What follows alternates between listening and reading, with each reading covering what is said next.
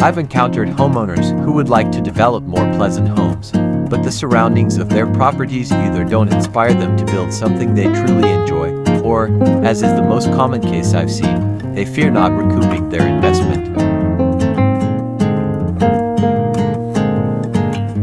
At that point, the only observation I make and the question I pose is a multiple-choice question, with only two answers. What is the purpose of your property, capitalization, or use and enjoyment? That answer is key to starting a dialogue, because the range of options and alternatives will define the character, personality, and very essence of the home. It's not a question of risking losing your investment because the surroundings or location of your project are below the value of the property you're developing. We don't control that. What's important to emphasize? How do you want to live in that house? How do you want your stay to be while you're there? How do you want to feel when you're moving through the property between each space? If, in addition to spending the night, you also work remotely and have to spend more hours than usual inside your home, what state would you prefer? Comfortable, relaxed, tense, anxious, depressed? Because above all, we have to understand that prolonged stays in a home can cause a variety of emotions that can trigger psychological and emotional problems, and that's where the greatest challenge comes in. Because regardless of the size or value of the property, the most important thing, and what we designed for, is that owners can enjoy their stay in their property, and through that experience, enjoy every dollar, every penny they invested in it.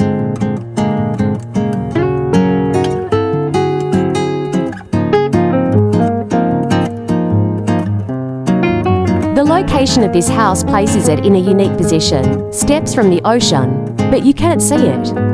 Just off the access road is the Dorado Del Mar Golf Course, which has relative visibility.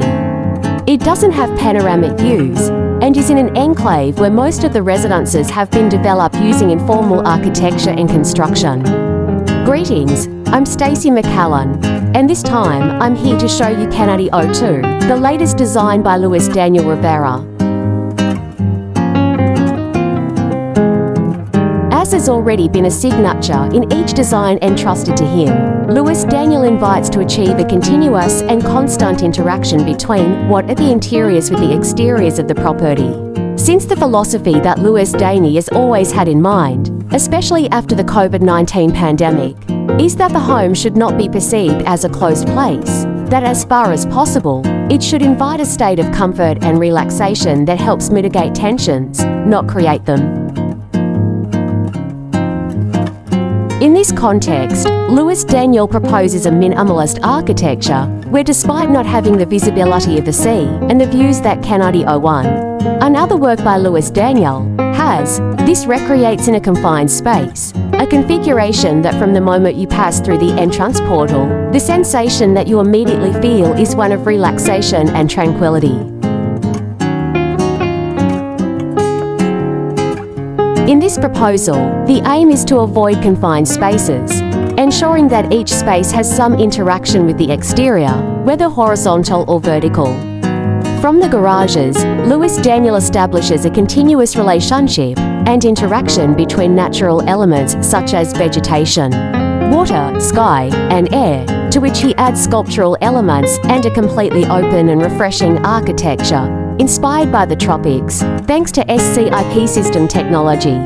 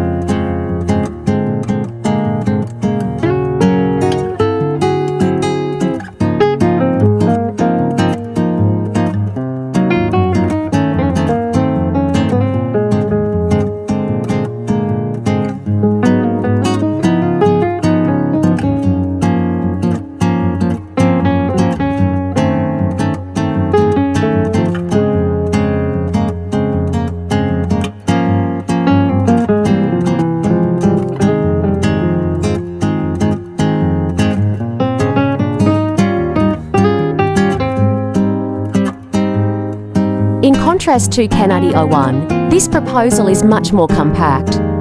While Kennedy 01 has 9,500 square feet of construction and an extremely comfortable lot to work on, in the case of Kennedy 02, it was completely the opposite. Here, the land plot is just under 900 square meters, and the living area is just under 2,500 square feet, which means it's practically a third of what was developed in Kennedy 01 without losing the essence, connection, and comfort experienced at Kennedy 01. Here, all public spaces are merged into a single space where the pool plays a central, sculptural role, very common in Luis Daniel Rivera's work.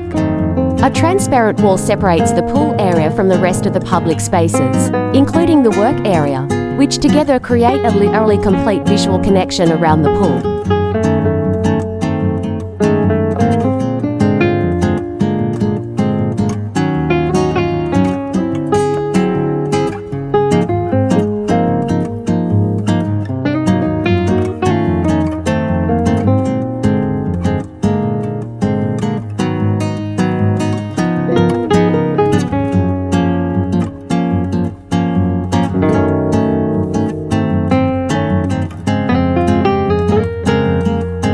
The kitchen plays a central role in this house, as it, along with the pool, forms the two largest focal points of the public area. Why was so much space dedicated to the kitchen, given that it has such a limited workspace, in contrast to Kennedy 01? The answer to that question lies in the functionality of this residence in contrast to 01. Here, each space carries its own weight, and each space has a particular value. In the case of the kitchen, it lies in its design. It merges the kitchen area with the dining area, allowing us to maximize the space and avoid overcrowding furniture that could make navigating the home's spaces uncomfortable. Less is more, and Luis Daniel Rivera is making, as has been his custom, a true statement of minimalism with this design.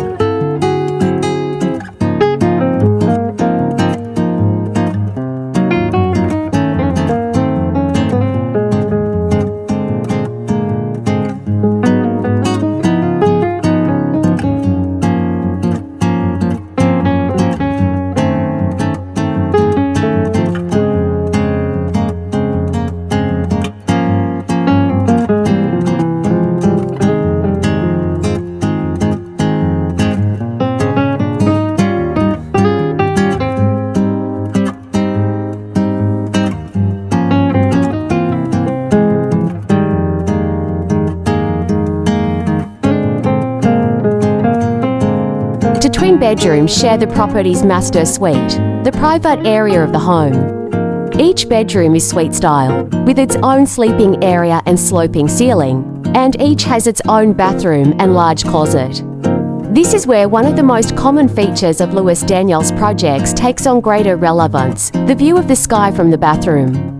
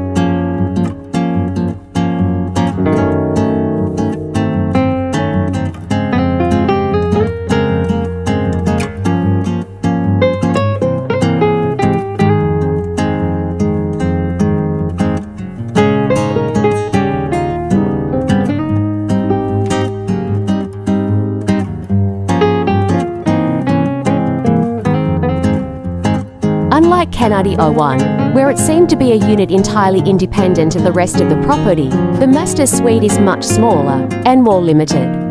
We could even say that Kennedy 02, in its entirety, is 1.5 times the size of the master bedroom in Kennedy 01, which demonstrates how, in such a limited space, a space just as comfortable and relaxing as a larger home can be created. It all depends on the vision and performance of the designer.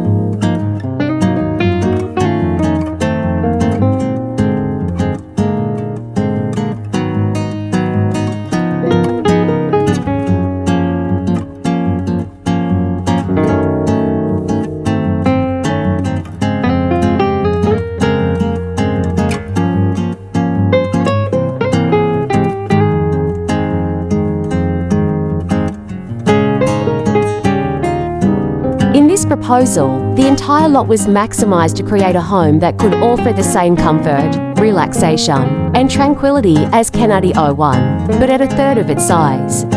Here, Luis Daniel Rivera's vision and experience were instrumental in achieving a space that, even with all the limitations and restrictions, was on par with residences like Kennedy 01,